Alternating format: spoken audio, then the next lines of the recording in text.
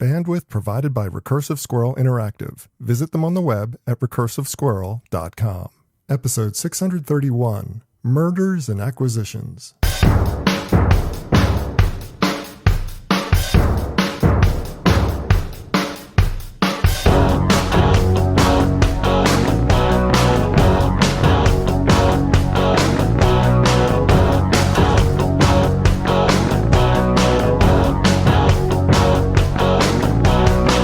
Monday, April 5th, 2021. It's time for this week's edition of the BeanCast, a weekly discussion about the news and issues facing marketers today. I'm your host, Bob Norton.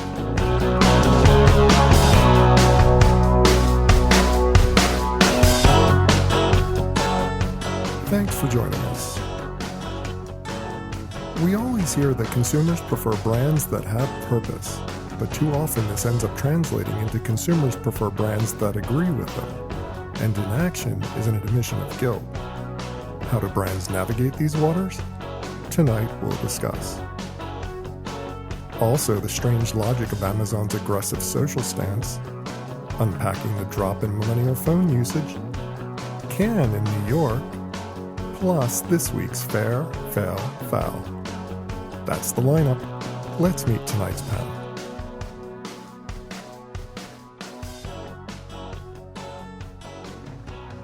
Thanks for joining us for this week's BeanCast. I'm Bob Norp, and with me on the panel for this evening, we start with co-founder of brand consultancy Metaforce and an adjunct in NYU, Mr. Alan Adamson. Hi, Alan. Hi, Bob. Thanks for inviting me. Oh, my pleasure. Now, next, he's the founder and principal consultant of word-of-mouth agency, the Idea Integration Company. Mr. Saul Colt is here. Hi, Saul. Hey, Bob. It's exciting to be here. Thanks for having me. Always welcome. And finally, we have back the author of Now What, A Survivor's Guide for Thriving Through Mergers and Acquisitions, and founder of Day One Ready, Ms. Jennifer Fondreve. Jennifer, welcome back. Thank you. Thanks for having me back. Hope I get invited again. We'll see how you do this time, and then we'll judge that later. But first of all, let's just jump right into the topics. You know, we all know the research that shows us that 64% of consumers prefer brands that have a purpose and stand for something. And everybody clings to that number and makes it the cornerstone of purpose-based marketing. But more and more, as brands are being held to account for their actions, and even more so for their inactions, Alan, is the real desire that we don't care about purpose as much as wanting every brand to agree with us in the moment? I mean, how does a brand respond to that? You try to have purpose, but if that purpose is at odds with your consumers, you can end up in some hot water. Yeah, purpose has been, a trend that's been building for 10 years, and in this hypercharged political environment, doing it has become harder than it was 10 years ago. I think looking at your customers is actually the wrong lens to look at, because for every customer you make happy, you make somebody else unhappy, and it's sort of like a politician reading poll numbers to decide what their stance on a It's kind of like a comedian. Issue. It's like a comedian, it's just like in order to be funny, you have to hurt someone's feelings somewhere, Exactly. Yeah. So I think the right lens is to look at your employees and, what do they believe? And if you stay true to what your employees want to do and believe, that's a steadier rudder, and for many companies, more possibility to execute well. So I actually look at this differently. We are all asking some brands to have a personality, and that comes either from our attraction to the brand or how they position themselves. But, I think I use the word we ask some brands because I don't expect Sharpie to have an opinion, and I don't expect Chef Boyardee to have an opinion, but I kind of do expect Nike and Starbucks to have an opinion because they've always had an opinion from day one. So I appreciate what you're saying about employees, and I agree, sort of half agree. But for the sake of, stimulating conversation, I'm going to say this is more of a founder leader driven thing than a political climate driven thing.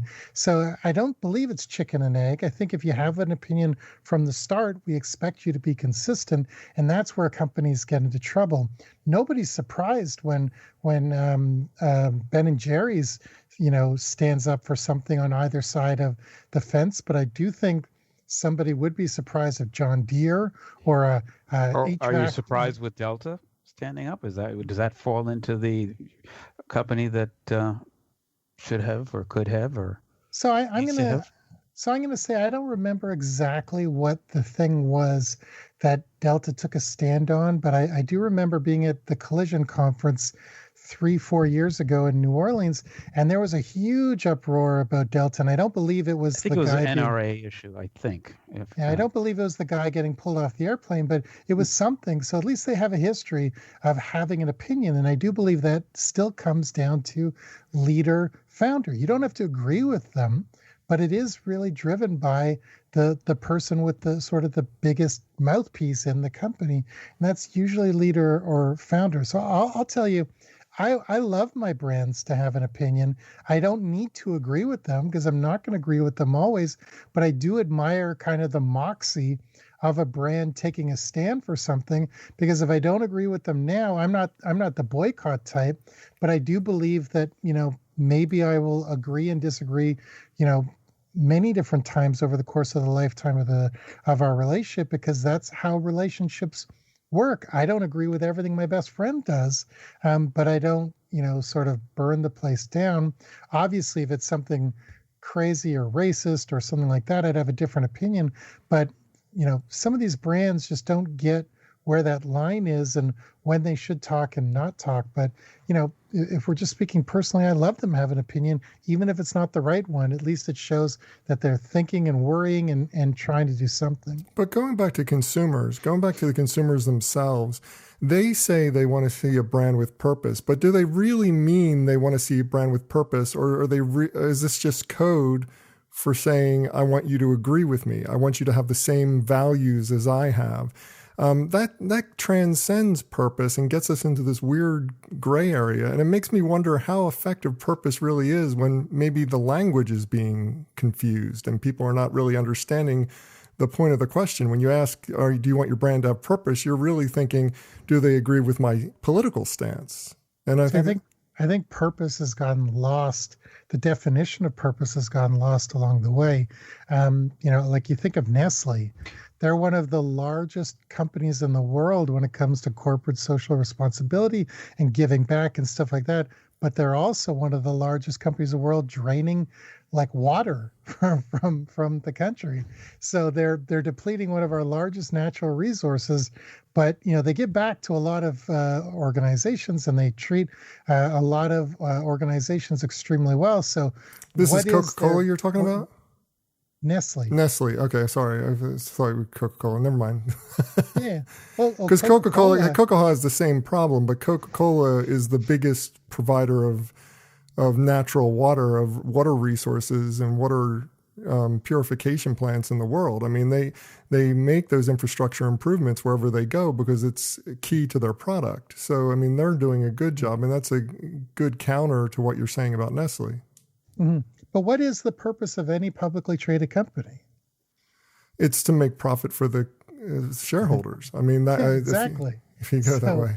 Like, I think purpose, it's like, you could look at like Columbia Sportswear. They've always been about, sustainable fabrics and things like that. But their still main goal for being in business is to get rich. So I think we as consumers have to sort of realign what we really want from these brands when it comes from purpose. Jennifer, I'd love to get your thoughts on this issue, mainly because it intersects really nicely with a lot of what you do on a day-to-day basis. I mean, trying to merge cultures and deal with understanding what the core identity of a company is and what their purpose is and how the blended company can function. I mean, how do you navigate these waters?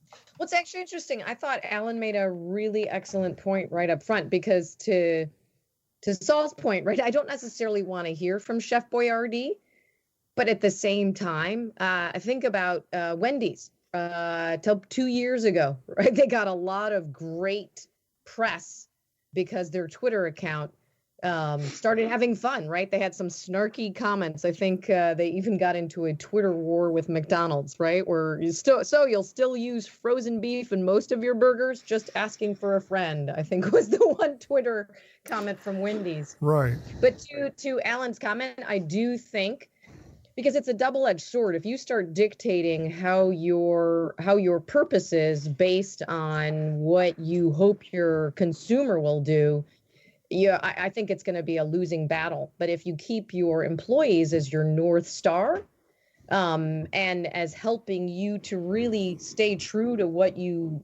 stood for. I mean, to your point, Bob, in my M&A work, your company culture, right, it's your employees that bring that to life. And I do think, to Alan's point, being aware of what your employees and your workforce, why they bought into your company in the first place, why they're there and work every day, I think will help you navigate that. I do worry, particularly given what Saul said, right? Purpose has gotten so muddied.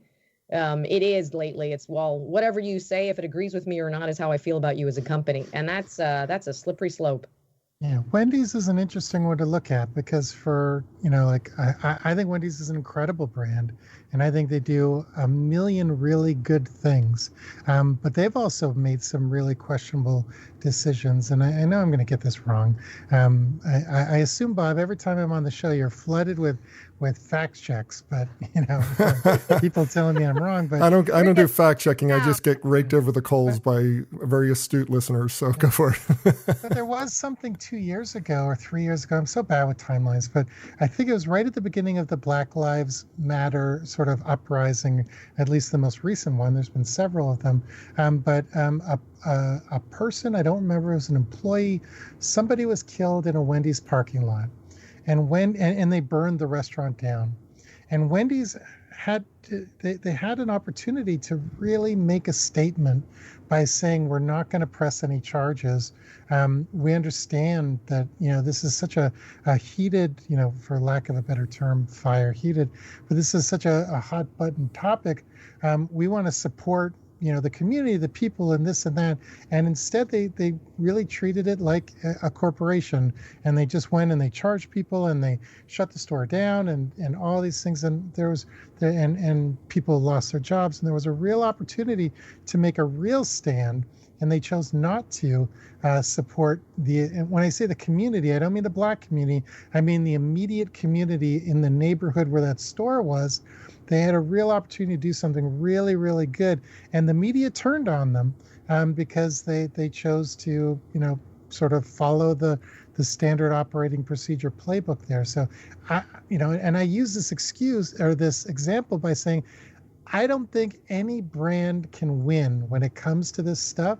So you have to keep doing it because you believe in it, and keep doing it because it's the DNA of your company, like a Ben & Jerry's, and not do it because you're looking to get an Ad Age article or something like that.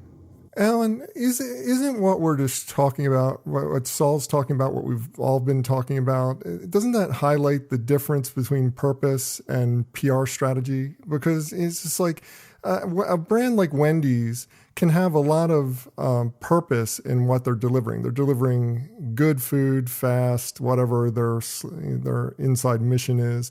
I mean, they have some core identity that they're trying to promulgate in every single communication and every single interaction.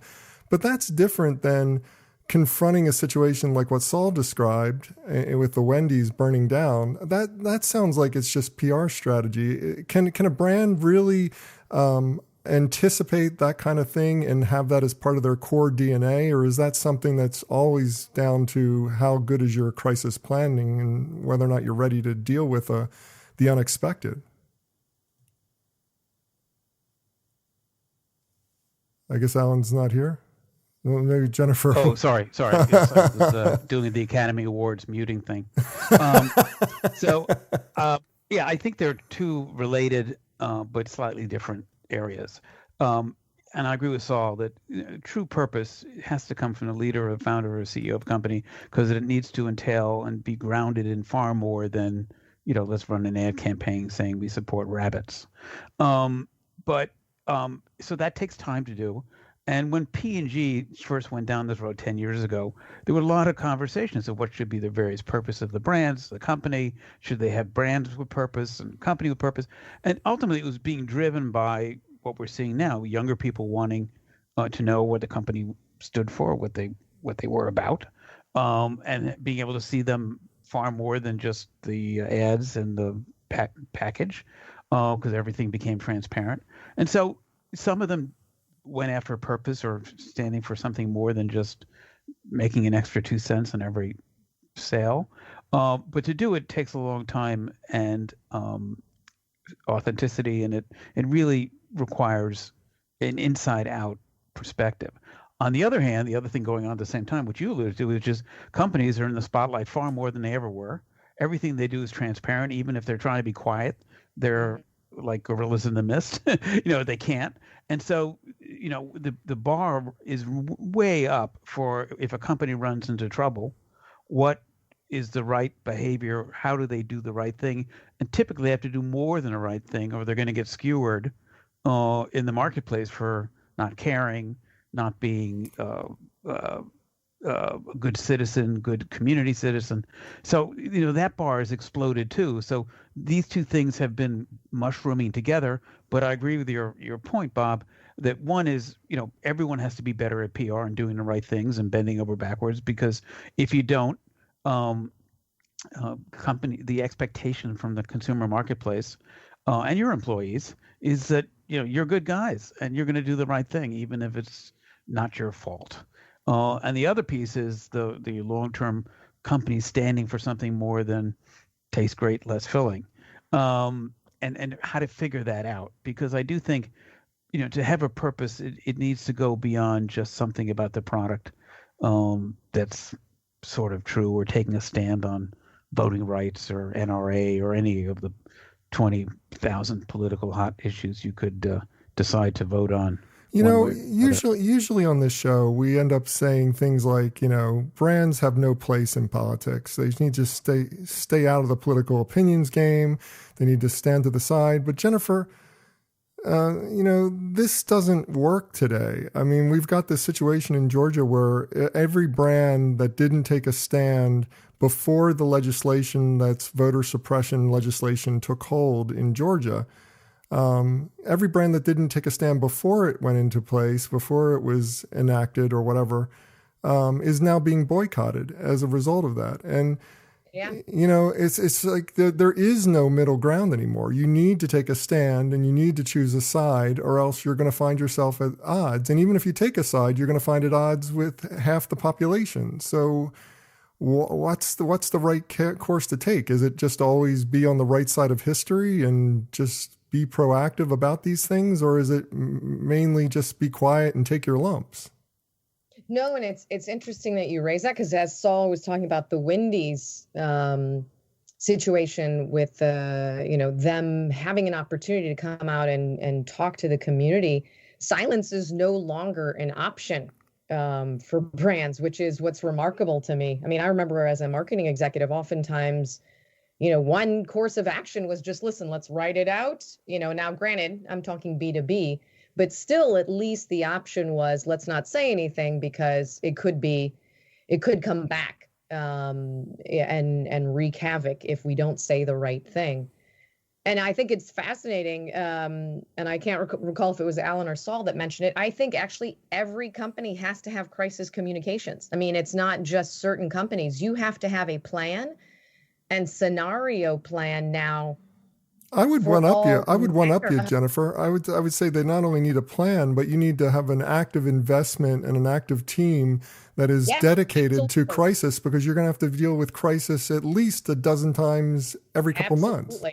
Yeah, and to the point where you need to scenario plan for all manner of things to happen. I mean, what's fascinating about what's happening in Georgia is, for everyone who I hear heralding and highlighting, great for Delta and Coke and the MLB to take a stance, I equally hear consumers saying, that's not your place, and now also putting an effort forward to boycott those companies. And you hear it on both sides, because now Coca-Cola and Delta are being accused of not getting into the game sooner. That, waiting till after the legislation was enacted before they said anything is just, little too late.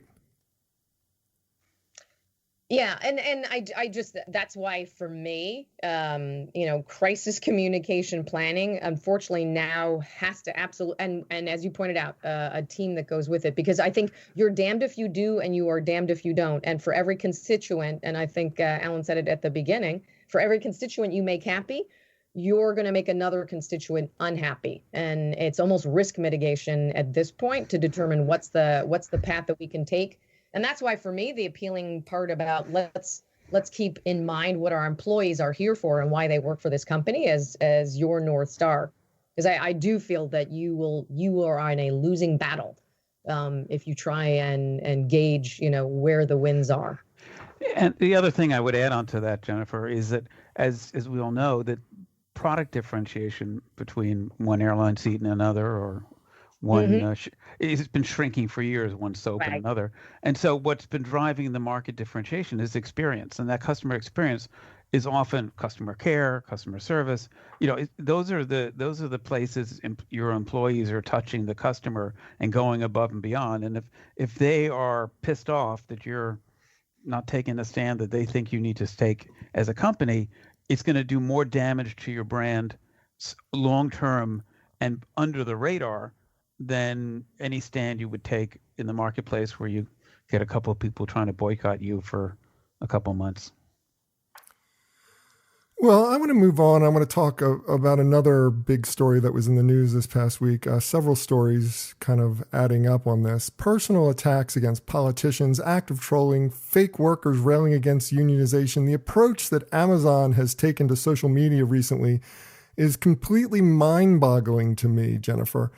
I mean, how can they keep up this aggressive tone for any length of time without damaging the brand? And to put a little spin on this for the audience, a little bit of context, Amazon obviously is involved with anti-union activities. They're trying to avoid having a union vote in an Alabama warehouse, and they're trying to avoid it across the country as well, trying to get rid of organized labor out of their operations.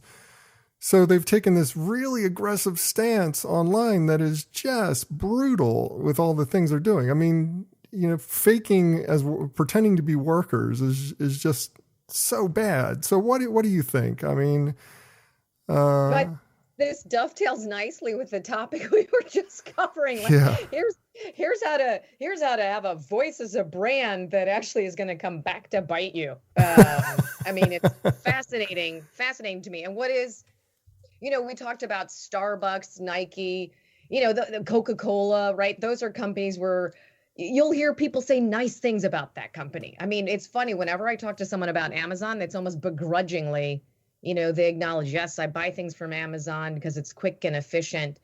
And so it's not like you have people rallying around Amazon as my kind of company that I love to be associated with. And so for them to have this aggressive stance online, and what's fascinating to me, Bob, is it doesn't seem to be hidden.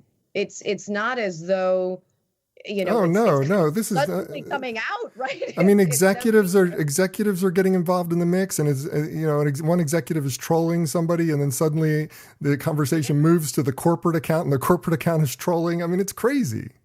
And what's interesting to me is I'm waiting for the piece that comes out that says, let's monitor the Washington Post, acquired by Amazon. Have they had any influence on the editorial? Because of seeing how aggressive that they've been online. So I think your original question was, can they keep this up? Is there anything smart about it? If it is, it's not obvious to me, because you even have now employees coming out and defending their own position, saying, well, I actually do have to pee in a plastic bottle because I'm worried about taking the time off to go to the restroom. So this one's a head scratcher because I'm not quite sure what Amazon's long-term strategy is by doing this. Saul, what are your thoughts on this subject? Because, the personal attacks against politicians are particularly troubling to me because these are the people who are going to be potentially regulating you. And it's one thing to take a position against a political opinion. It's just like if the politician has an opinion counter to yours, you can counter that. But they're actively going after Bernie Sanders and Elizabeth Warren and some other high-profile some other high-profile politicians who are actively railing against the company's unionization practices. I mean, is that a smart move? Is that something you would ever recommend for a client? And how do they get away with this? Did I lose Saul now? Saul on mute. Let me go with that. Okay. Everybody's got the mute button problem today. So, like Amazon is really the epitome of an evil company. And I assume by saying this, I won't be hired now to run Amazon Films. But one thing that, we haven't mentioned, besides this like very, very strange and disturbing way of using social media. And again, like I've literally been paid by Amazon to come speak at their headquarters, and I've never gone to their social media accounts because like I don't even consider Amazon a brand anymore. They're like a reluctant utility. I'm one of those people that only use them out of absolute desperation and convenience because I think they're up to something. But one thing that we haven't talked about is, it's not just online. They do some pretty shady things all over the place, and forget the peeing in the bottles and stuff like that. But there was an article a couple of weeks ago or a month ago, I don't know, about, their ongoing fight over this same Alabama warehouse where in an efforts to, prevent them from unionizing, they changed the timing of the traffic light outside of their warehouse so union organizers couldn't stand on the corner and talk to people as they were leaving. Like there was literally like, it was just like boom, boom, boom, keep moving cars through. And they couldn't actually canvass their workers at the stoplight. Like they, just like they can deliver groceries in like an hour, they can pretty much do anything we can imagine. They're kind of like Luther Corp or whatever evil fictional company that does all these things behind the scenes because there's nothing they can't afford. There's no one they can't get to. There's no one they can't influence. So, while I don't believe any of these politicians are part of anything nefarious, but man, like talk about the most powerful guy in the world, it's got to be Bezos. Yeah, and it's funny you say Bezos is like Amazon's like Luthor Corporation, considering how much Amazon's founder Jeff Bezos looks like Lex Luthor, but that's beside the point. Is there? Let me go back to Jennifer. Well, no, wait. Let me go to Adam on this. Alan on this. Sorry, I always screw that up. Alan, your name is like I should mute you. It's like a haiku. So, is there ever a legitimate reason for choosing this kind of approach? To get so aggressive on social, to take a PR stance that's so trolling in the way that it addresses both workers and politicians. Is there any upside to this? Is it like taking a page from the former president's playbook and saying it worked for him, let's go for it? Yeah, I don't know if I'll go that far, but I haven't seen all their activity, but the one thing that I did see was some aggressive tweets like that in response to claims that they're, not claims, the fact that they haven't paid any income tax or corporate income tax, and I think the response was, well, you're a senator or you're a congressperson, and we're following the law. You don't like what we're doing, change the law. So there is a piece of validity if you are following the law and probably the same way, as much as most people don't want to talk about it, is that if Trump paid no taxes but he was following legitimate deductions and had write-offs that prevented him from paying, then he was following the laws that were probably bad laws and constructed to help people who should be paying taxes but don't. So I think there's a fine line between defending yourself and the need to do so more than, oh, we're still under investigation and we're sorry we didn't pay any taxes. We'll try harder next year, and pushing back when you have followed the rule book. But I do go back to what Saul said. I think Amazon's big problem is that they've become more like a utility. As much as I don't like my power company, I'm not going to boycott it and buy candles. And I think the same is true with Amazon. You can try to shop elsewhere, but if you really want it fast and you want the best price and you want to return it 3 times without a headache, it's still the only game in town. And that's the tricky part, Bob, I think, is separate from them attacking politicians. The tricky aspect is Amazon is emboldened to go out and do this behavior, if you will, because they really don't care. Is this going to lose them consumers? In the grand scheme of things, there's not that concern. It's not customer oriented because of the fact that they are, as we've all said, right? They've become woven into the efficiency of running your daily life because of what they offer. So I think that's the I guess the discouraging aspect of it. But what fascinates me is the fact that, remember when you used to have to write a brand voice? Yes. When a company actually had a brand voice and they dictated, even for their employees, if you're going to say anything on behalf of the company, this is how it should sound. I have no idea what Amazon's brand voice is. Based on this, I'd say snarky. Well, but that was the point I was going to make. I mean, we talk about brand purpose, we talk about brand voice and identity. Everything I've ever heard about the culture of Amazon internally sounds exactly like their tweets. I mean, right down from force ranking or whatever that is, where it's just like the person with the least amount of votes from their fellow employees gets booted off the ship. I mean, it's just like Microsoft was called out for doing that for years, and now Amazon's doing it. The way that Bezos is notorious for having just exploding on his employees and how the corporate culture can be so toxic. It's not surprising to me in any way, shape, or form that they're tweeting like this, that they're actively posting content like this, because it's a true reflection of who the brand is from what I've seen in the news reported about them. I mean, that's not good for them, but at the same time, they're being true to their brand. So is that a good thing?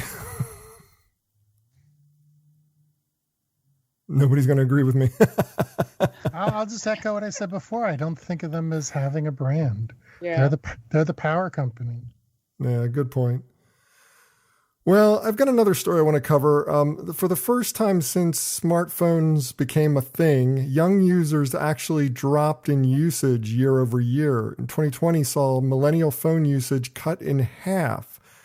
It's a pretty dramatic fall, and we're not really all that surprised, Saul, because obviously a lot of this has to do with COVID-19 lockdowns and people not being out and about. But is this a trend that might carry through past the pandemic? Are we breaking our reliance on smartphones as a result of this and maybe won't be so ruled by them, especially among younger generations? I read this report a few times because I didn't agree with it at all.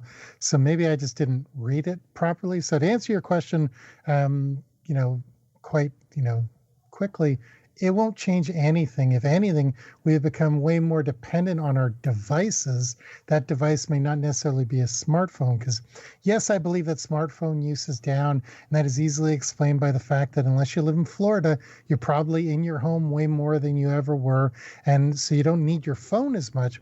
But in that report, it said that while smartphone use is down 61%, laptop use only rose 3 minutes more a day, and I call huge BS on that.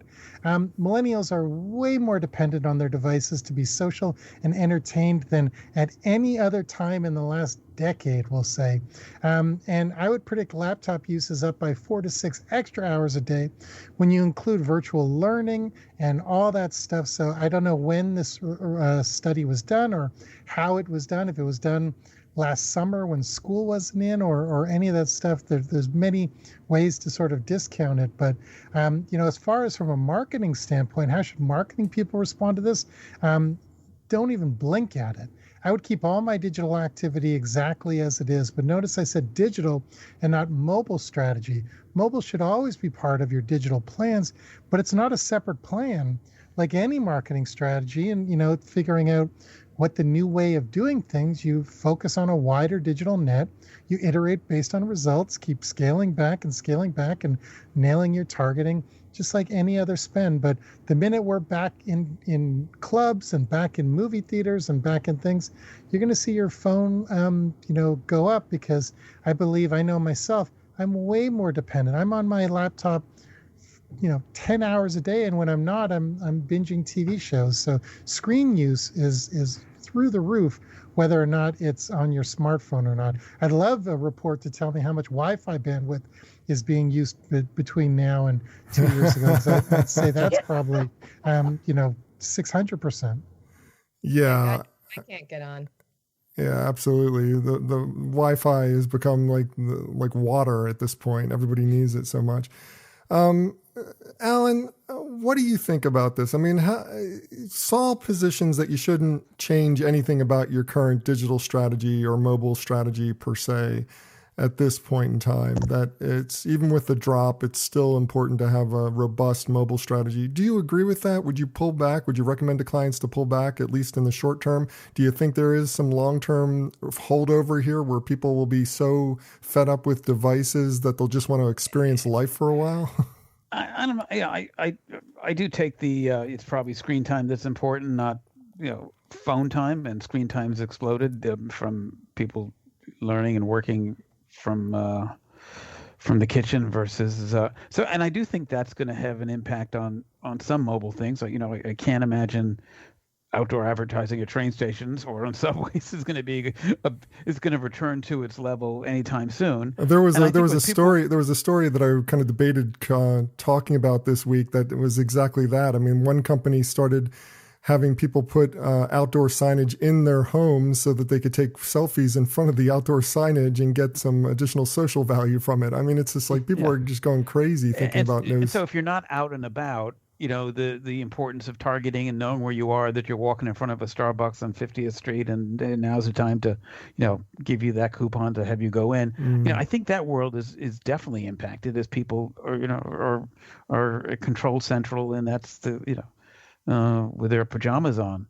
But I do think screen time is different than mobile time. Yeah, when you're on a Zoom call, you can try multitasking if you're, but you have to pay attention. But when you're using a mobile device running around town, you are a much more fragmented state of mind and easily are interrupted than when you're on a Zoom or learning online. It's harder to say, excuse me, can I pop a banner ad in front of your Zoom call to tell you should be eating another Twinkie now. So I do think it's going to change, but how fast will it get returned to some balance? I don't think it's swinging all the way back. So I actually think that how you use mobile needs to reflect people are going to be more stationary for many years than they were pre-pandemic. That's an interesting point. That last point, I think, is probably the key here. And Jennifer, I'd love you to weigh in on this. I mean, this idea that we're not going to be as mobile as we once were, that we're not going to be traveling into the office as often, that people are going to get comfortable with this work at home scenario, and it's saving corporations lots of office money. So does that permanently impact mobile strategy, or is that just a kind of a cultural shift that's not really going to have any impact on mobile in the long run? Well, and I do agree with Alan's comment. We're not going to be as mobile as we were for the short term, but I would have to say all of what I'm reading is the pent up demand. It's going to come back. People will be mobile again. But I do agree with Saul. I actually question the study as well.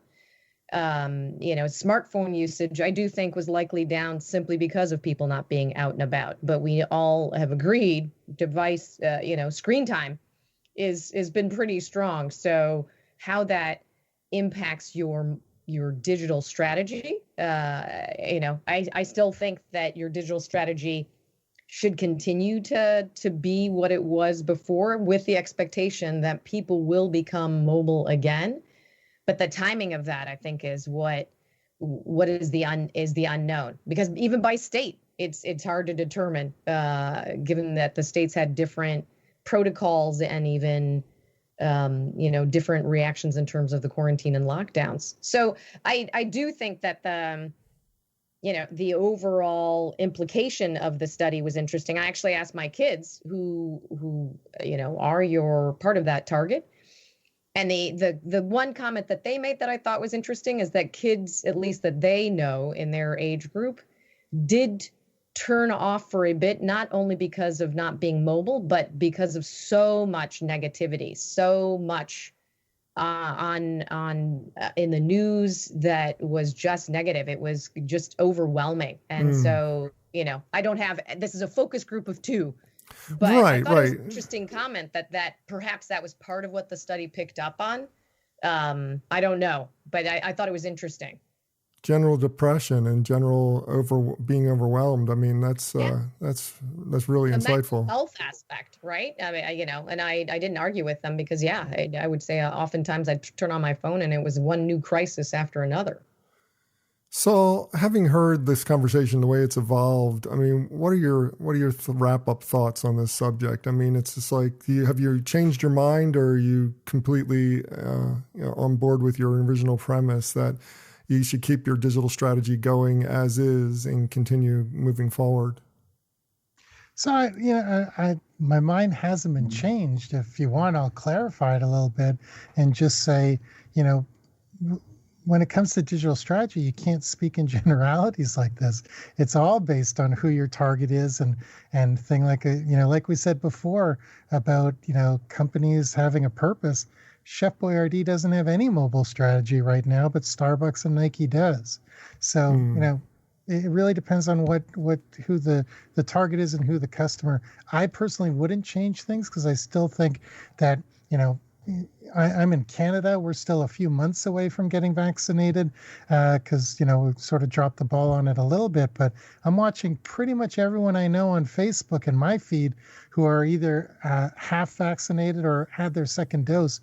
And the minute we hit that sort of herd mentality, I think people are going to be, maybe foolishly overcompensating for a year indoors. And we're going to be back to maybe not normal, but we're going to be back to high usage, way faster than I think anybody thinks. Because there's like a simmering anger about, don't tell me not to do this anymore. And I think people are going to go right back to normal.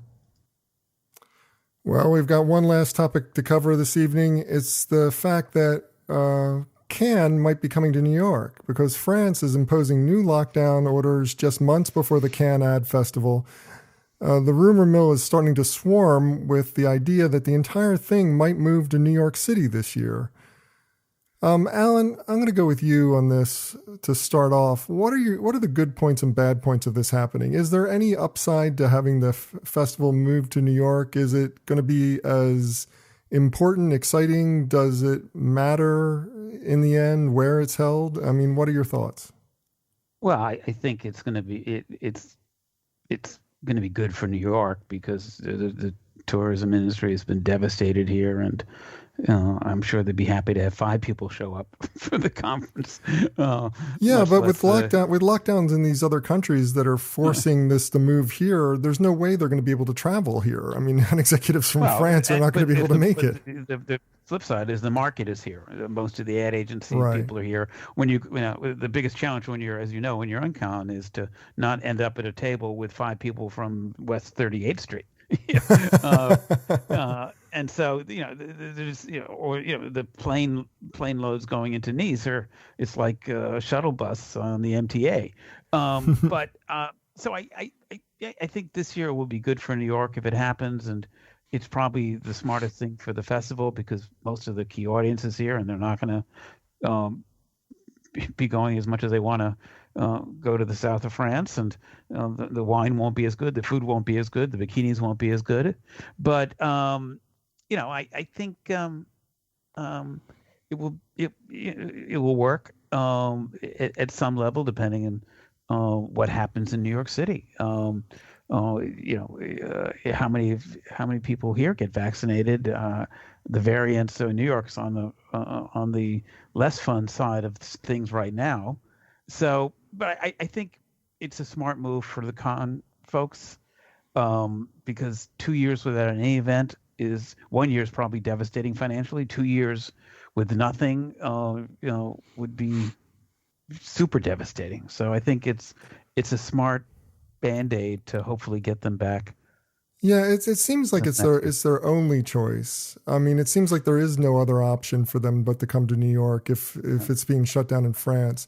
But my question is, knowing the ad community, knowing why they go to Cannes in the first place, I'm just wondering, maybe you can speak to this, Jennifer. I mean, do they really end up showing up, taking time off from work to go to an event where they could potentially still spread the disease, and they're going to go to this event and participate in things just because it's in New York? Or are they just going to stay at home and go, it's just like, there's no point in going here because I'm not getting to go to the south of France? Yeah. And yeah, Cannes, it just kind of rolls off your tongue. I don't know. NYC just doesn't kind of have that same. They'll need to have it at Jones Beach. Now, I will say, I feel like I have to out a bias. I'm half French, so I'd be really sad for France if they lost it, because I do think, I was in the New York ad agency business, and part of the allure, right, was to go to Cannes, and to have that opportunity. But I do think I think the industry, we're just talking about this, right? Just pent up desire to get out to see colleagues and friends and people. So I don't think it's going to hurt. I do think, is it MediaLink that owns? Yeah, MediaLink. Now? I think it's a smart move on their part, but my guess would be they would want to move it back to Cannes eventually. Oh yeah, this is just a temporary move. Allure. I think this would, to me, is likely a temporary thing. In order, frankly, not to lose money again, because they lost in the millions by not having it last year. So, and I think because of people's interest just to get together again and to celebrate, upside of the ad campaigns that did come out and had an impact, I think that will keep it going, and I think they'll be okay, even if it is at Jones Beach. Saul, do you have anything you want to add to this conversation? Because I know both you and I have this skeptical attitude about Cannes in the first place. I mean, it's kind of like, yes, it's an important creative award, but mainly it's about sand and beaches and lots of alcohol in the south of France. So does this still work in a New York setting? Does it give any value to the community? And can MediaLink, we're assuming that's the name of the company, do they continue to thrive as a result of this, or do they just kind of forestall the inevitable with the loss of revenue? Yeah, so Bob, you've been having me on this show for, maybe the better part of a decade, maybe 6, 7, 8 years. I don't even know. I've done, almost 1,000 episodes, hundreds at least. I haven't even done 1,000 shows here. Right, I've done hundreds. Every episode I've been on and every episode I've listened to that I haven't been on, there's always one topic I could not care less about, and this happens to be the one. So I have no opinion whatsoever. Well played. Well, with that, it's time for this week's Fair, Fail, Foul. But before we get to that segment of the show, I do want to take this quick opportunity to thank my guests again and allow them to each do a shameless plug, starting with Alan Adamson. You can find him at metaforce.co. That's metaforce.co. That's the home of Metaforce, the consultancy where he is a co-founder doing brand strategy and all kinds of advertising-related business. So tell us, what's going on in your world? What would you like to promote? Well, first, thanks for giving me the opportunity. It was always fun participating in the conversations. We're doing what we've done for the past couple of years, which is a sort of a special forces approach to marketing, that if you do everything averagely, you're going to end up being invisible, and you got to really pick a few things to do incredibly well. And that has proven to play out nicely during the incredible disruption of the last year. Because if you just followed the same playbook you did the year before, you'd be gone. So Metaforce is still the special forces of marketing, and the need for special forces has never been greater. Yeah, it's a fantastic operation. And if you haven't read Alan's book, you should plug your book as well. It's really right up this alley. Yeah, it was Shift Ahead, and talks about why companies struggle to shift ahead, which is a point we've been talking about tonight, which is if you assume you're going to do the same thing next year you did last year, it's game is almost over. You've got to go in every year with a clean sheet of paper. Fantastic. Well, definitely check out Alan and his company. Next up, we have Saul Colt. You can find him at theideaintegration.com, one of the most innovative word-of-mouth agencies anywhere that you will find, because Saul is a brilliant individual working with some tremendous talent through that shop. Tell us what's going on in your world. What would you like to promote, Saul? So promoting that we're going to hire a BD person. So if you're out there, please check out LinkedIn. Probably do it Tuesday since there's some people that are still observing Easter tomorrow. But when you listen to this, go look up either the Idea Integration on LinkedIn or myself. Love to speak to some great BD people who are really good at selling, marketing, experiential, and word-of-mouth marketing services. There's a lot of money to be made out there, and I'd love to give it to somebody who listens to the show.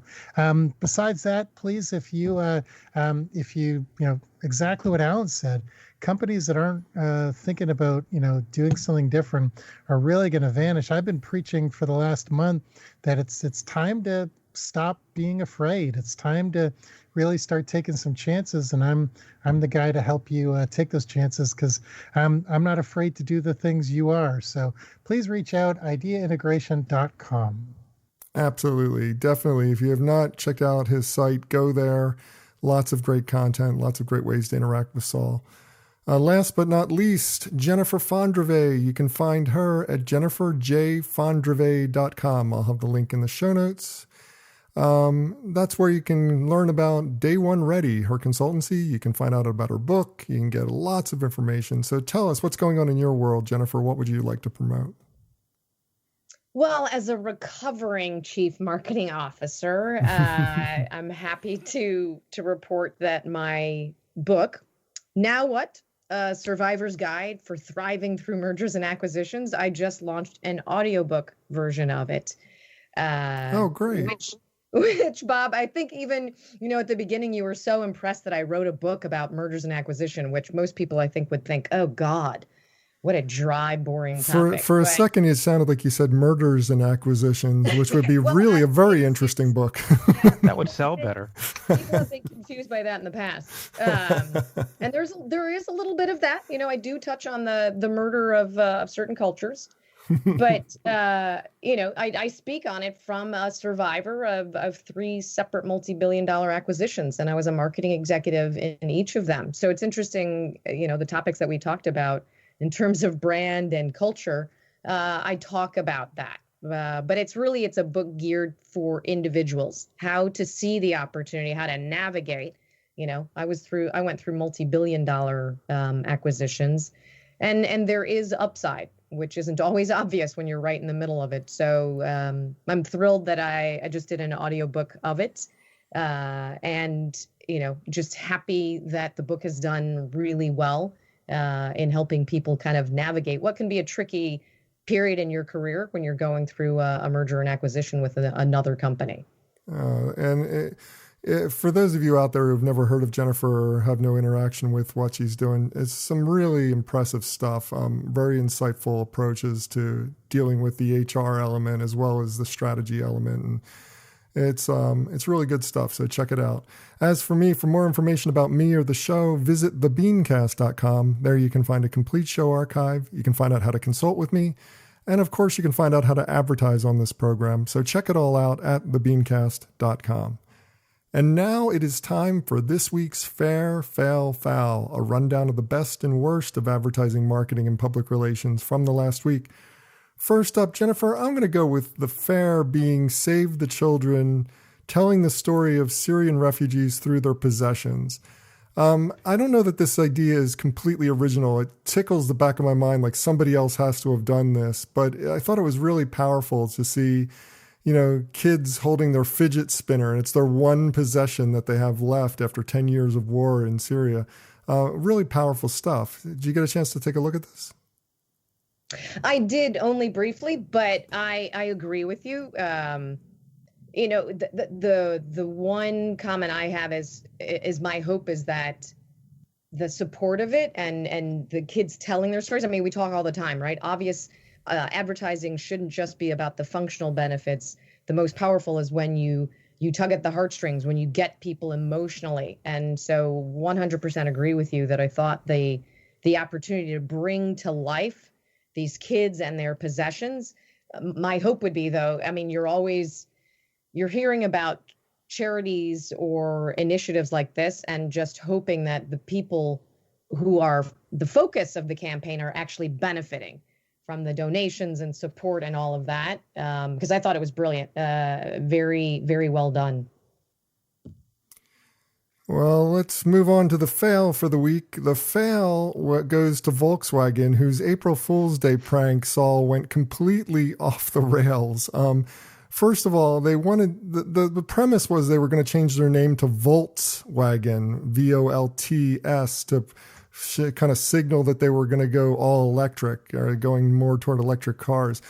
And they were kind of teasing that fact as an April Fool's Day joke by saying that they're changing their name from Volkswagen to Voltswagen. But somebody pulled the trigger on this 2-3 days ahead of time before it was ready to go. And then they had to do for 3-4 days as everybody speculated, is it right? Is it wrong? And they just kept going with this thing to the point where the SEC is now involved, saying that they were spreading misinformation about their company and potentially affecting stock prices. So this went so horribly wrong. I mean, is this like a signal that we just shouldn't be doing April Fool's Day pranks anymore?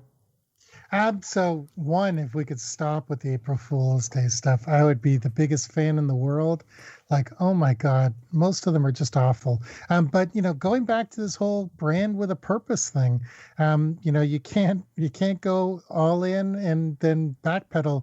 This was a funny joke that they didn't commit to. Well, they kind of overcommitted, but they weren't, and thing. Nail this stuff down. If it's April Fool's, don't even tell your staff or your PR team until like the night before, so stuff like this doesn't happen. Because there's too much at stake, and because there's too much at stake, just kill the April Fool's jokes. They're not funny or cute or anything anymore. Because what'll happen is they will actually use that, 15 years from now, and someone will try to save the joke. And this one was just so head scratching the way it went down, I'll tell you. Well, Alan, I did it again. Man, when your name is Alan Adamson. Just call me Volts. I'll just call you Volts from now on. Okay, Volts. Adam Allenson. Just change your name. I do the same thing with Mitch Joel. I'm always calling him Joel, and I won't get into it. All right, the foul for this week is going to go between the fight between black-owned media companies and GM. This has gotten really, really ugly. Obviously, GM is not committed to running ads on a lot of black-owned media properties.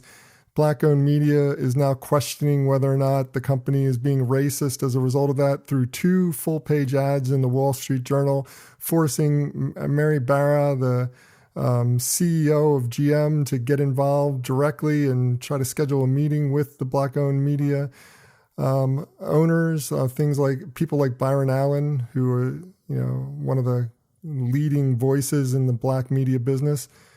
I don't see any way out of this for everybody comes off clean. I mean, this has just gotten really ugly really fast. I guess GM's going to commit to some additional media on black-owned media properties. Too little, too late. Yeah, I mean, it's one of those things that goes back to the beginning of the conversation we had today. If you're in the public, you need to just saying don't discriminate or empowering all sections of your market. Talk is cheap. And a brand is as a brand does, and so any way they try to backpedal now, they could buy 10 times more black-owned media than Ford and Volkswagen combined, and they're still going to get tarred and feathered. Well, have a suggestion for this list or just want to discuss it? Comment online. Use the hashtag FairFailFoul. That's #FairFailFoul. And that does it for this week's show. If you'd like to subscribe to this podcast, visit our website at thebeancast.com and click on the subscribe link. If you're an Apple Podcast listener, we've also provided a direct link to our listing there, or just search for the BeanCast in the podcast directory on the Apple Podcasts app. And whichever podcast directory you use, when you subscribe, please leave us a review. Got a comment? Have a question? We'd love to hear from you. Just send your emails to beancast@gmail.com. Opening theme was performed by Joe Seibel. Closing theme by C. Jax. Thanks for listening. I'm Bob Norp. We'll be back again next week. Hope you'll join us then.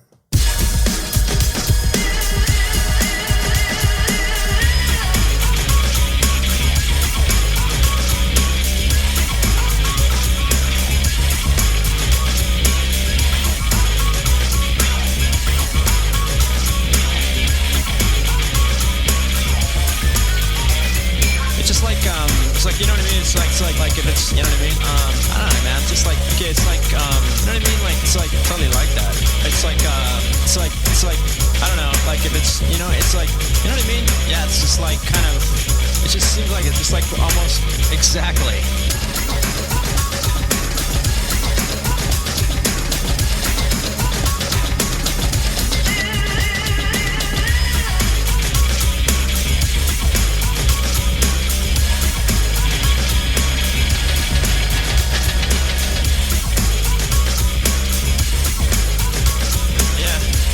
It's like exactly.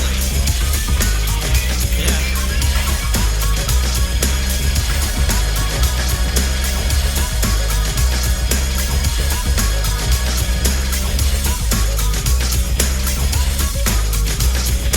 You know what I mean? Exactly.